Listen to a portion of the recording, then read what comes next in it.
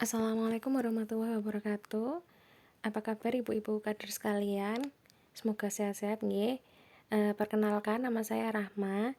Mungkin ada yang pernah ketemu sama saya atau mungkin juga ada yang belum nggih karena saya belum sempat kunjungan ke semua posyandu yang ada di Puskesmas Pare.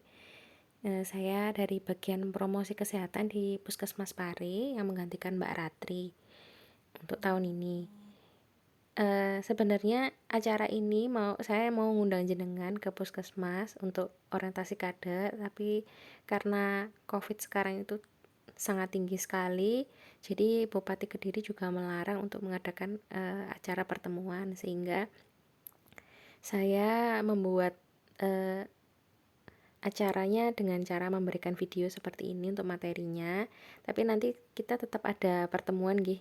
Nanti saya berikan undangannya, jadi ada pertemuan nanti diatur satu kali pertemuan itu 30 menit saja. Perwakilan satu posyandu diwakili oleh 3 orang saja. Nanti jadwalnya dan undangannya saya bagikan ke jenengan nggih. Sekarang masih saya buat.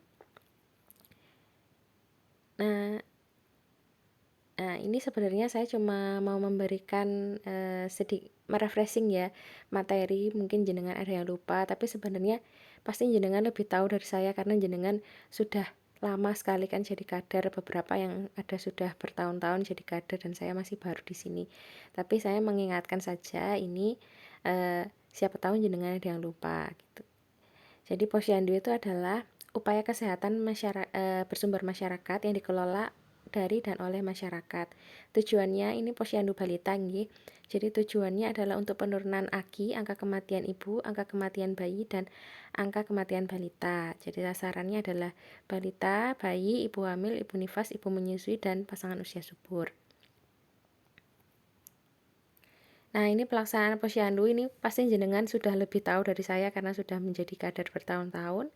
Jadi ada 5 meja di posyandu. Meja pertama itu pendaftaran, meja kedua penimbangan, meja ketiga pengisian KMS, meja keempat penyuluhan, meja kelima pelayanan kesehatan. Nah, untuk meja kelima itu biasanya ada imunisasi dan KB ya, tapi berdasarkan PKKM Mikro tanggal yang ditetapkan tanggal 3 Juli sampai tanggal 20 Juli nanti itu tuh puskesmas belum bisa melayani imunisasi, jadi imunisasi ditunda sampai setelah PKKM Mikro ini selesai supaya tidak semakin tinggi penularan COVID, ngoten. Karena bayi itu juga rentan kan kalau dia diimunisasi terus nanti dia misalkan biasanya ada kipi, ngoten nggih, ada gejala panas atau apa gitu setelah dia diimunisasi itu bisa bahaya kalau nanti dengan kondisi seperti ini di mana COVID-nya yang sangat melonjak tinggi. Jadi untuk meja 5 ini sementara sepertinya tenaga kesehatan belum bisa ke sana, ngoten nggih. Tapi kalau saya sebenarnya tuh bisa, mungkin saya tuh bisa ke posyandu. Masalahnya di puskesmas sendiri tuh saya juga ada tugas-tugas tambahan misalnya di triase dan juga di vaksin. Itu tuh jadi waktu saya itu untuk ke posyandu itu berkurang, ngoten. Dan kemudian yang kedua adalah jadwal dari posyandu. Jadi jadwalnya selama ini kan belum pernah diatur nggih selama saya di Puskesmas Pare itu jadwalnya kan dari jenengan. Nah, dari jenengan itu ada yang numpuk gitu selama posyandu ada yang numpuk di satu hari, ngoten 5 posyandu, 3 posyandu. Nah, itu kan jadi saya tidak bisa secara maksimal kunjungan ke semua posyandu. Mungkin nanti dengan acara pertemuan yang nanti kita adakan itu jenengan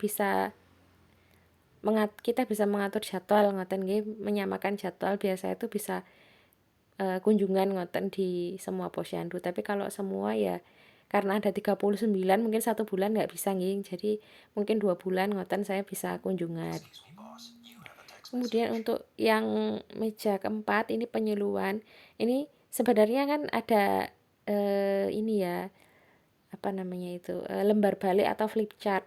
Nah, itu saya waktu kemarin kunjungan ke Posyandu Arjuno itu tuh ada yang punya flip chart. Tapi beberapa ada yang hilang ya. Nah, kalau flip chart itu sebenarnya digunakan di meja 4 ini. Jadi ini adalah salah satu tugasnya jenengan melakukan penyuluhan di meja 4 ini dengan menggunakan media flipchart yang sudah disediakan. Jadi kalau ada media flipchartnya monggo dikeluarkan pada waktu pelayanan ngoten. Jadi jenengan bisa memberikan penyuluhan kepada pengunjung. Nah, ini syarat pelaksanaan karena Covid ini. Jadi ada beberapa syarat untuk pelaksanaan posyandu nggih. Yang pertama adalah pastikan kalau yang datang ke posyandu itu tidak ada gejala batuk pilek, demam atau diare, karena itu kan salah satu gejalanya Covid nih. Jadi ya jenengan harus berhati-hati ngoten supaya tidak ada terjadi penularan Covid di posyandu. Kemudian yang kedua, upayakan yang mengantar itu satu orang saja, karena kadang-kadang tuh saya pernah lihat itu yang timbang tuh cuma satu tapi yang nganter itu satu rombongan ngoten nggih. Kemudian menggunakan masker untuk yang usia 2 tahun. Ini lebih dari 2 tahun nggih. Ini waktu saya kunjungan itu banyak sekali yang anak-anak itu tidak menggunakan masker. Jadi mungkin jenengan bisa menghimbau pada masyarakat kalau mau datang ke posyandu itu sebaiknya menggunakan masker untuk anak yang usia lebih dari 2 tahun. Kemudian mencuci tangan. Jadi jenengan sebaiknya itu menyediakan fasilitas cuci tangan di sebelum masuk ke area posyandu. Atau kalau nggak ada air misalnya susah gitu, jenengan bisa sediakan hand sanitizer. Jadi biar sebelum masuk itu pengunjungnya sudah cuci tangan. Nah, kemudian untuk jadwal kunjungannya itu jenengan bisa atur, contohnya misalnya seperti ini. Jadi jam 8 sampai jam 9 itu yang untuk bayi ya, yang usia 0 sampai 11 bulan. Kemudian nanti yang jam 9 sampai jam 10 itu yang usia 1 sampai 2 tahun ngoten. Seperti ini bisa, atau juga bisa dibagi per RT nggih. Biasanya satu posyandu itu ada 3 RT. Jadi nanti jam 8 sampai jam 9 itu RT 1, jam 9 sampai jam 10 RT 2. Misalnya seperti itu juga bisa. Jadi monggo jenengan atur sendiri supaya tidak terjadi kerumunan di posyandu. Kalau oh ya, untuk selanjutnya ya. Nah, ini terkait dengan pembatasan PKKM mikro yang eh, sebagai kebijakan dari pemerintah nggih. Mulai dari tanggal 3 sampai tanggal 20 nanti itu tuh ada pembatasan yang ketat dari PKKM darurat nggih.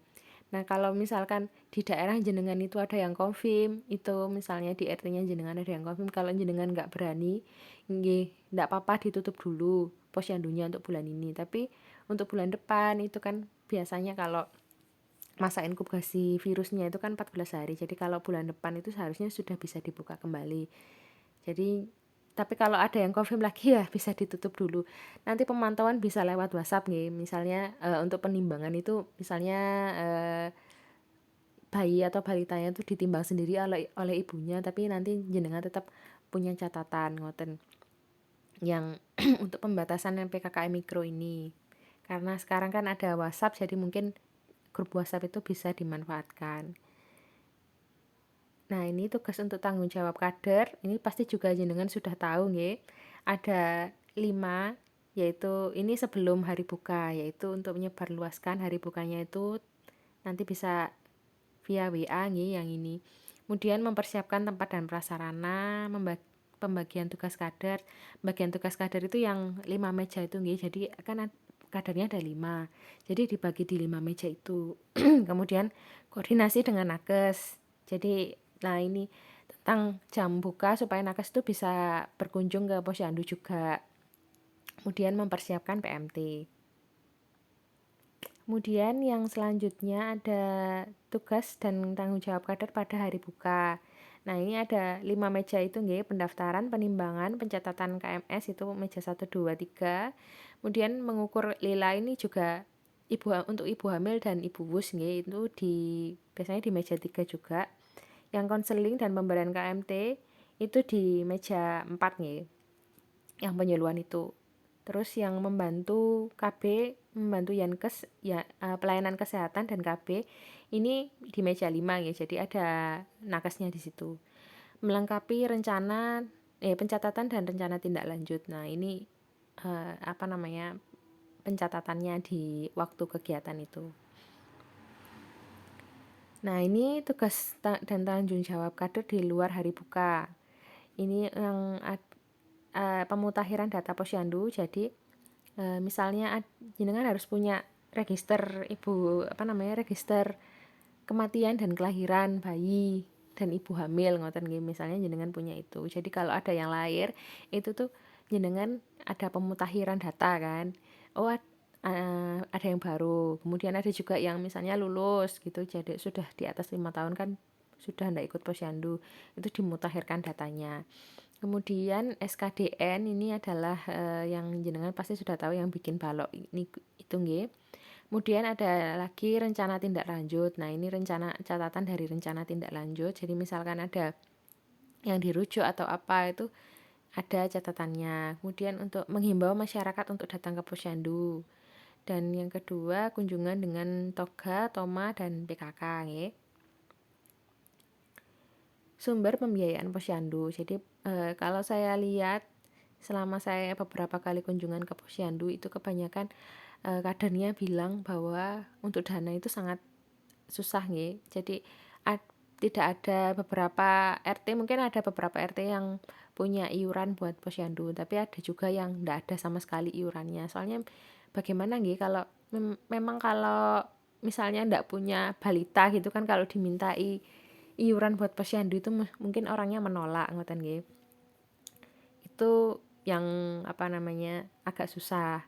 Kemudian yang kedua itu kadang-kadang malah kadernya itu yang torok-torok, ngoten nggih. Kalau ada misalkan PMT ngoten, dari biaya dari uang kadernya sendiri, itu yang sedikit menyedihkan menurut saya gitu. Tapi menurut saya itu jenengan bisa melakukan motivasi biar ada iuran gitu di RT buat dana sehat, ngoten nggih. Jadi bukan buat balita aja tapi buat semuanya gitu. Misalnya ada yang sakit gitu kan, dana sehat itu bisa dipakai gitu. Kemudian ada sumbangan dari donatur, misalnya ada yang mau nyumbang itu bisa. Kemudian laba usaha. Nah, usaha jadi di posyandu itu bisa mengembangkan usaha supaya nanti labanya itu bisa dipakai buat kegiatan posyandu. Misalnya buka, yang sering itu saya lihat itu PAUD atau tempat penitipan anak dan lain-lain, yang pokoknya yang nanti hasil usahanya itu bisa digunakan. Atau mungkin jenengan mau buka koperasi juga bisa, koperasi simpan pinjam dan lain-lain itu bisa. Nanti kalau jenengan tertarik sama yang laba usaha ini bisa dibicarakan sama-sama nanti waktu kita pertemuan. Kemudian ini sistem informasi posyandu, jadi minimal ada 5 nggih. Yang pertama itu yang saya bilang tadi nggih, register kelahiran dan kematian bayi, ibu hamil, ibu nifas, dan ibu bersalin nggih. Kemudian register wanita usia subur dan pasangan usia subur. Jadi ada berapa wanita usia subur dan pasangan usia subur di wilayah posyandunya jenengan, itu jenengan harus punya buku registernya. Kemudian KB-nya apa, ngoten nggih. Kemudian untuk register bayi dan balita itu pasti semua sudah punya nggih. Kemudian ada buku catatan kegiatan. Jadi kegiatannya jenengan di posyandu apa aja itu dicatat di buku ini. Kemudian yang terakhir itu adalah buku pengelolaan keuangan. Ini masalah PMT ya. Jadi kalau jenengan mengadakan posyandu kan pasti ada PMT-nya, ngoten, itu biasanya ada di buku pengelolaan keuangan ini. Nah, ini strata posyandu pasti jenengan juga sudah tahu nggih. Jadi posyandu itu stratanya ada 4, ada Pratama, Madya, Purnama, dan Mandiri. Untuk yang untuk frekuensi penimbangan itu yang kurang dari 8 itu berarti masuknya ke posyandu Pratama. Kalau Madya, Purnama, Mandiri itu lebih dari 8. Untuk jumlah kader yang kurang dari 5 itu Pratama, yang lainnya lebih dari 5. Untuk yang cakupan D/S itu atau datang dibanding dengan semua itu adalah 50% ya. Kalau kurang dari 50% itu masuk Pratama dan Madya, kalau lebih dari 50% itu masuk Purnama dan Mandiri. Kemudian cakupan kumulatif KIA gitu ya. Kumulatif KIA itu terkait dengan ibu hamil, ibu bersalin, ibu nifas, itu masuk di KIA. Nah, itu kalau kunjungannya itu kurang dari 50% itu masuk Pratama dan Madya, kalau lebih dari 50% itu masuk Purnama dan Mandiri. Kemudian cakupan kumulatif KB. Nah, ini yang saya bilang tadi, untuk wanita usia subur dan pasangan usia subur, jenengan harus punya catatan itu ibunya itu KB apa ngoten nggih. Nah, kalau KB-nya itu lebih dari 50% itu berarti jenengan masuk Purnama dan Mandiri. Untuk yang kurang dari 50% itu masuk Pratama dan Madya. Kemudian cakupan imunisasi. Nah, ini kalau sementara ini imunisasi belum dilaksanakan, mungkin ini tidak bisa dipending dulu nggih yang cakupan imunisasi untuk bulan ini. Kemudian untuk program tambahannya yang tadi saya sebutkan, misalnya dengan mau buka penitipan anak, mau buka PAUD, mau buka koperasi gitu ya, arisan gitu, itu bisa. Kemudian cakupan dana sehat. Nah, ini yang perlu dimotivasi lagi supaya setiap posyandu itu memiliki dana sehat nih. Sebenarnya sebenarnya itu saya punya ide. Jadi kalau misalnya saya datang di posyandu itu nanti saya bisa tensi. Jadi yang misalnya orang-orang yang lansia-lansia itu bisa didatangkan di posyandu. Jadi biar kan paling enggak beliaunya kalau ditensi kan sudah seneng ya yang lansia-lansia itu. Nah, nanti bisa menyumbang gitu untuk dana posyandu misalnya 1.000 2.000 gitu kan lumayan dikumpulkan, kalau orangnya banyak kan lumayan buat dana penyelenggaraan posyandu. Tetapi karena saya tuh belum bisa berkunjung ke semua posyandu, nanti mungkin kita bisa menjadwalkan ulang, masalah jadwalnya itu diatur biar saya tuh bisa kunjungan ke semuanya. Kemudian ini ada kegiatan tambahan yang biasa ada di posyandu, misalnya BKB, ini Bina Keluarga Balita ya, kelas ibu hamil. Nah, itu juga bisa kalau jenengan misalnya mau bikin kelas ibu hamil gitu kan. Sekarang ada misalnya yoga, itu saya punya teman yang instruktur yoga ibu hamil, itu mungkin bisa diundang kalau jenengan mengadakan acara. Kan sekarang tuh banyak webinar ngoten nggih. Nah, itu tuh bisa ngundang di daerah lain, jadi jenengan yang ngadakan tapi nanti ibu hamil di daerah lain bisa diundang ngoten, dan bisa ditarik tarifnya. Jadi nanti uangnya itu bisa dikelola bersama hasil dari acara itu. Misalnya seperti itu. Kemudian penemuan dini potensi KLB ini yang kemarin ya, jadi ada yang sakit DBD itu demam berdarah di Semanding waktu itu. Kemudian saya bersama dengan Ibu Ambar dan juga Mbak Ririn dan kader di sana itu melakukan penyelidikan epidemiologi waktu ada kasus demam berdarah itu nggih. Kemudian untuk pos PAUD ini yang saya sampaikan tadi, jenengan bisa buka atau tempat penitipan anak itu ya. Kalau UKGMD ini adalah usaha kesehatan gigi dan mulut nggih. Kemudian PAB PLP ini adalah air bersih nggih, penyediaan air bersih dan lingkungan yang lingkungan yang sehat ngoten nggih. Kemudian toga. Nah, toga ini jenengan bisa menghimbau kepada masyarakat untuk menggunakan toga gitu ya, tanaman obat keluarga. Nanti saya ada materi tentang obat-obat yang bisa meningkatkan sistem imun, nanti saya bagikan nggih. Saya buat video yang selanjutnya. Kemudian UP2K ya, ini upaya peningkatan pendapatan keluarga. Misalnya bikin usaha bareng-bareng gitu nggih. Misalnya saya tuh pernah tahu itu kan masuk di Pokja di kelurahan nggih, ada Pokjanya UP2K gitu ya.